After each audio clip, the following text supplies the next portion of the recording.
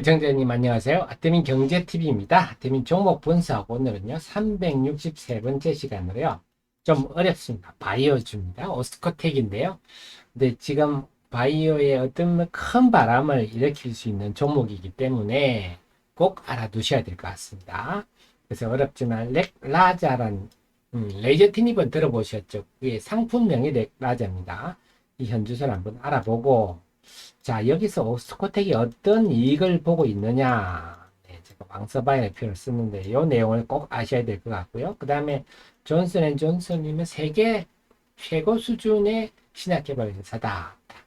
보셔야 되는데 지금 임상, 사임상을 두 가지나 하고 이 내용을 꼭 알아야 결국 이 내용을 알면 10월에 유럽 중앙학회가 얼마나 오스코텍 유한양에 나아가서 바이오 전반에 큰 영향을 줄지 보셔야 되겠습니다. 그래서 이 내용은 꼭 아셔야 여러분들이 앞으로 9월, 10월 바이오 장세가 어떻게 될지 가능하실 수 있기 때문에 끝까지 보셔야 됩니다.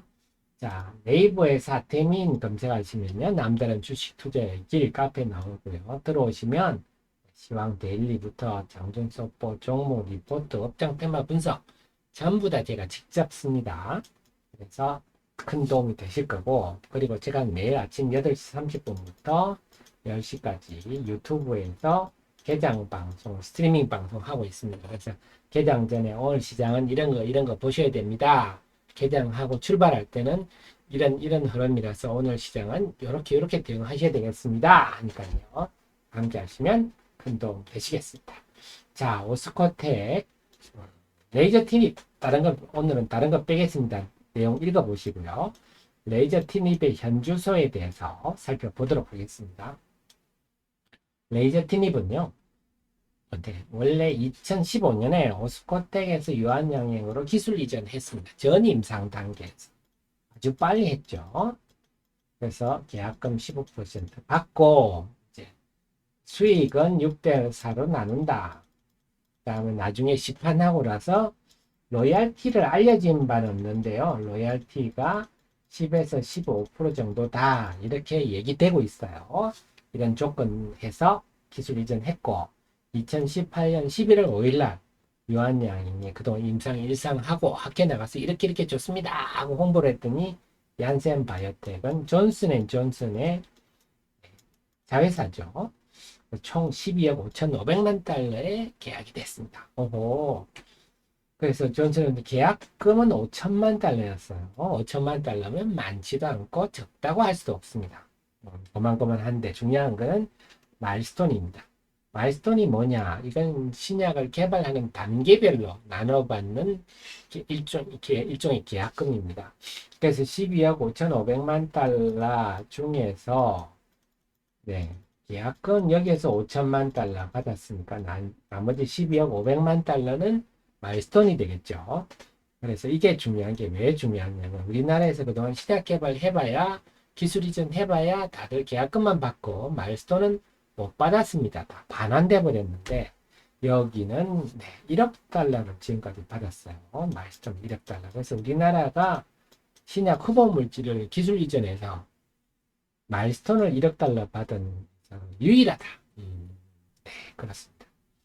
자, 그러면 이제 남은 거 뭐가 남았습니까? 네, 11억 500만 달러 남았는데 11억 500만 달러 유한양행과 오스코텍이 6대 4로 나눈다.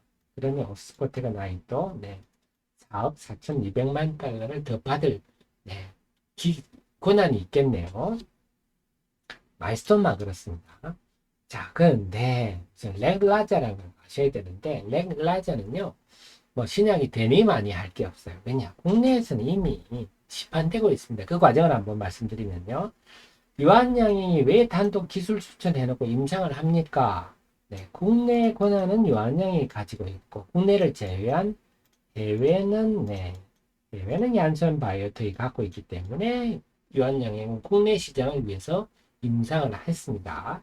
그래서 2차 치료제, 국내에서는 1차 치료제가 이레사입니다.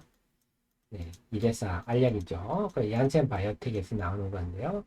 1차 치료제에 대해서 내성이 생겼다. 약이 더 이상 안 듣는다. 이건 우리가 돌연변이가 생겼다. 이렇게 표현을 하는데요. 내성이 생긴 환자들에 대해서 2차 치료제로 쓰도록 허가를 받았습니다.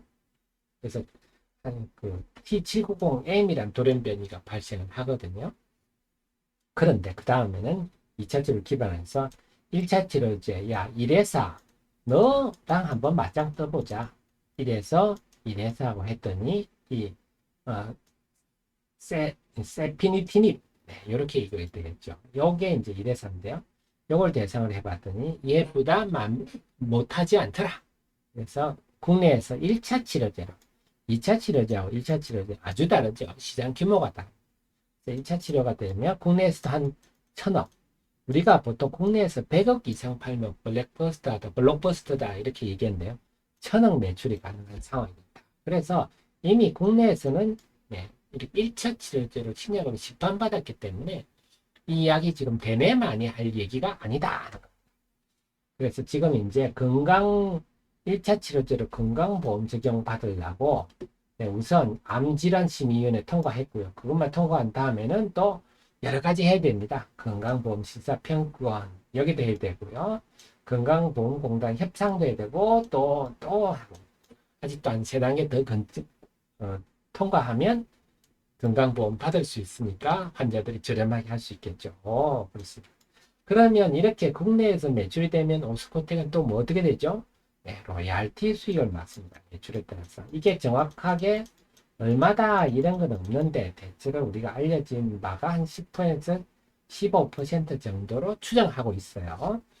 그러면 지금 2022년에 국내에서 한 329억 매출을 꽤 많이 했습니다.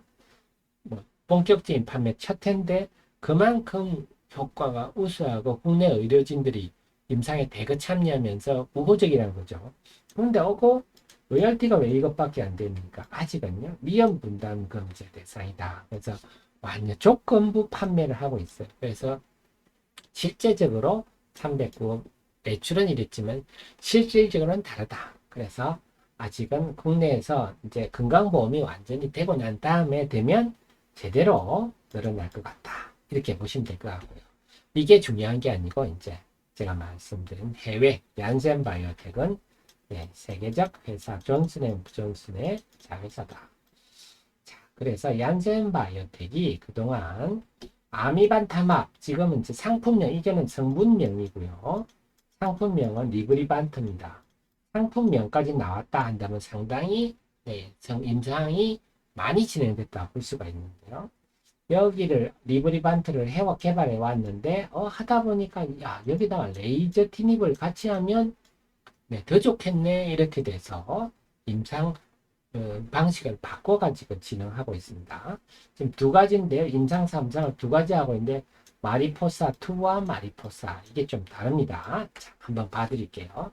마리포사는 뭐냐? 임상 3상 중에 자 EGFR, 그냥 암문 한자는 그 EGFR로 보시면 됩니다. 이게 에피더말 그로스 팩터 리셉터, 그러니까 막 자란다는 얘기거든요. 암세포는 세포 분열을 빨리 해서 막 자라는 게 암세포라서 그냥 EGFR은 일반적이다 보시면 되겠고요. 비소세포, 이제 영어를 한문으로 번역하니까 이래버리죠. 난 스몰셀입니다. 네, 크지 않다는 거죠. 그래서 폐암 환자의 한 85%는 난 스몰셀입니다. 1차 약제로 타그리스. 여기는 왜 1차, 미국은요, 1차 약제가 타그리스, 우리나라 이레사라 그랬죠. 타그리스 후에 내성을 보인, 그러면 약이 없습니다. 지금 657명 대상으로. 그래서 대조군이 중요합니다. 대조군 누구랑 경쟁을 하는데 과학요법, 그러니까 지금 과학항암제하고 비교를 한 겁니다. 리브리반트와 과학항암제와 렉다제를 같이 섞은 것. 그 다음에 리브리반트와 그리고 요거는 요게 리브리반트 화학항암제 이렇게 해서 했는데 결국 해봤더니 이쪽이 시험군이 더 낫더라. 지금 화학요법을 하고 있는데 폐암 대상으로 요 리브리반트를 넣고 레글라제로 들어간 이쪽이 다 낫더라. 그래서 1차 지표가 무진행 생존기간 암세포 덩어리가 더 커지지 않고 환자가 살아있는 기간 말하는 거죠. 이게 1차 지표입니다. 이걸 충족시켜야 네, 임상이 성공이다 할 수 있었는데요. 이게 네, 유의미하게 개선됐다. 임상이 성공했다 이런 뜻입니다. 통계적 유효성도 있었다. 1차도 충족시키고 2차도 충족시켰다. 그래서 이게 의미가 있는 거는 여기에 대해 존슨앤존슨이 아주 세게 얘기했습니다. 9월 6일 날 엊그제 얘기를 했는데요. 그래서 최초의 임상 3상 시험입니다. 유의미하게 임상적으로 유의미하게 최초의 임상 3상 시험. 타그리소 복용이 내성이 발생한 환자에 대해서 이렇게 세게 얘기했어요. 오호, 굉장히 기대가 많이 되는 얘기입니다. 마리포사는 뭡니까? 이건 중요한 게 대조군이 타그리소입니다. 아까처럼 과학항암제가 아니라 타그리소는 지금 블록버스터죠. 연 매출이 1조가 넘는 어마어마한 신약이죠. 폐암 관련 약이죠. 그래서 지금 어떻게 레이저 티닙과 아미반타마 병영군 아니면 레이저 티닙 단독으로도 지금 임상을 하고 있어요. 대단한 일이죠. 그래서 1차 지표로 무진행 생존 기간이 지금 성공을 다루는 건데 요게 이번 ESMO 10월 24일, 10월 20일부터 24일 개최되는 유럽 종양학회 이 데이터가 발표가 됩니다. 굉장히 기대가 됩니다. 근데 지금까지 본다면요, 레이저 티닙과 타그리소의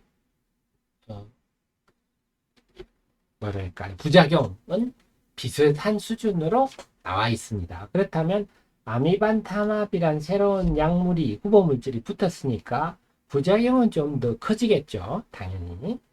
뭐 모든 약이 다 부작용은 있으니까요. 그렇다면 이렇게 했을 때 병영군이 타그리소보다 효과가 더 뛰어나다면 부작용 대비 효과가 더 뛰어나다면 1차 치료제가 될 수가 있겠죠. 결국은 정리를 해드린다면 마리포사2를 통해서 뭘 했냐? 일단 뭡니까? 비슷한 타그리소 내성을 보인 이건 약이 없다 그랬잖아요. 그렇기 때문에 이 리브리반타와 항암제 레라자 이걸 한 거는 치료제라서 FDA에서 당연히 허가를 해주겠죠. 그러면 타그리소 내성을 보인 환자는 약이 없으니까 효과가 있네. 그럼 이거 하세요. 이렇게 되겠죠. 요거는 확보했습니다. 그 다음 중요한 게 말씀드린 대로 타그리소가 지금 미국에서 1차 치료제인데 만약에 1차 치료가 된다 하면 존슨앤존슨이 한 4년 전에죠. IR에서 그런 얘기를 했습니다. 우리가 연 1조 이상 하는 블록버스터 약물 앞으로 10개 지금 할 겁니다. 그 중에 아주 유력한 물질로 레이저 티닙을 거론했습니다. 이 일이 다가올 수도 있는 거죠. 그래서 ESMO 2023이 굉장히 주목된다. 그래서 여기서 어떤 내용이 나올지 계속 우리가 촉각을 곤두세워야 된다. 자, 그렇다면 레이저 티닙이 지금 오스코텍이요. 오스코텍 시가총액이 어떻습니까? 우리 주가 전략을 세워봐야 된다. 오스코텍이 지금 시가총액이 지금 1조 1000억 정도 되네요. 그러면 이 주가가 지금 어떻습니까? 비싸다고는 할 건 없죠. 이렇게 세계적 신약을 품고 있다. 그럼 만약에 이게 정말 1조 매출이 된다. 예를 들면 1조 매출이면 로얄티를 10% 가정을 하면 약간 로얄티 10%면 작은 편입니다. 매출액의 10%면 10%로 가정을 한다면 이 금액을 이 중에 6은 유한양행이 가지게 될 거고 4는 오스코텍이 가지게 되겠죠. 유한양행도 좋고 오스코텍이 좋은데 오스코텍이 훨씬 시가총액이 작죠. 유한양행은 지금 시가총액이 얼마입니까? 유한양행도 물론 지금 득을 볼 회사입니다.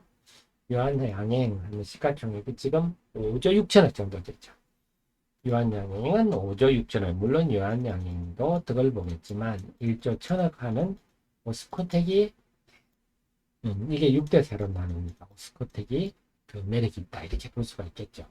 그래서 아직은 기관 동향을 볼 때 뭐 샀다 팔았다 기관 동향 큰 움직임은 없습니다만 주가는 이미 지난 7월 중순부터 선반영되고 있어요. 그리고 좀 조정받고 지금 고개를 뜨는데, 네, 10월 20일에서 24일이 ESMO고, 지금 9월 6일 날 대신에 미리 존슨앤존슨에서 아주 센 코멘트를 알렸다. 그래서 지금 9월 6일 날 하고 나니까 첫날에 지금 오스코텍이 좀 올랐는데요. 그래서 결론적으로 뭐냐? 오스코텍은 우리가 우리나라 최초로 정말 세계적 신약이 아주 가능성이 높은 상황이다. 유한양이도 물론 마찬가지입니다.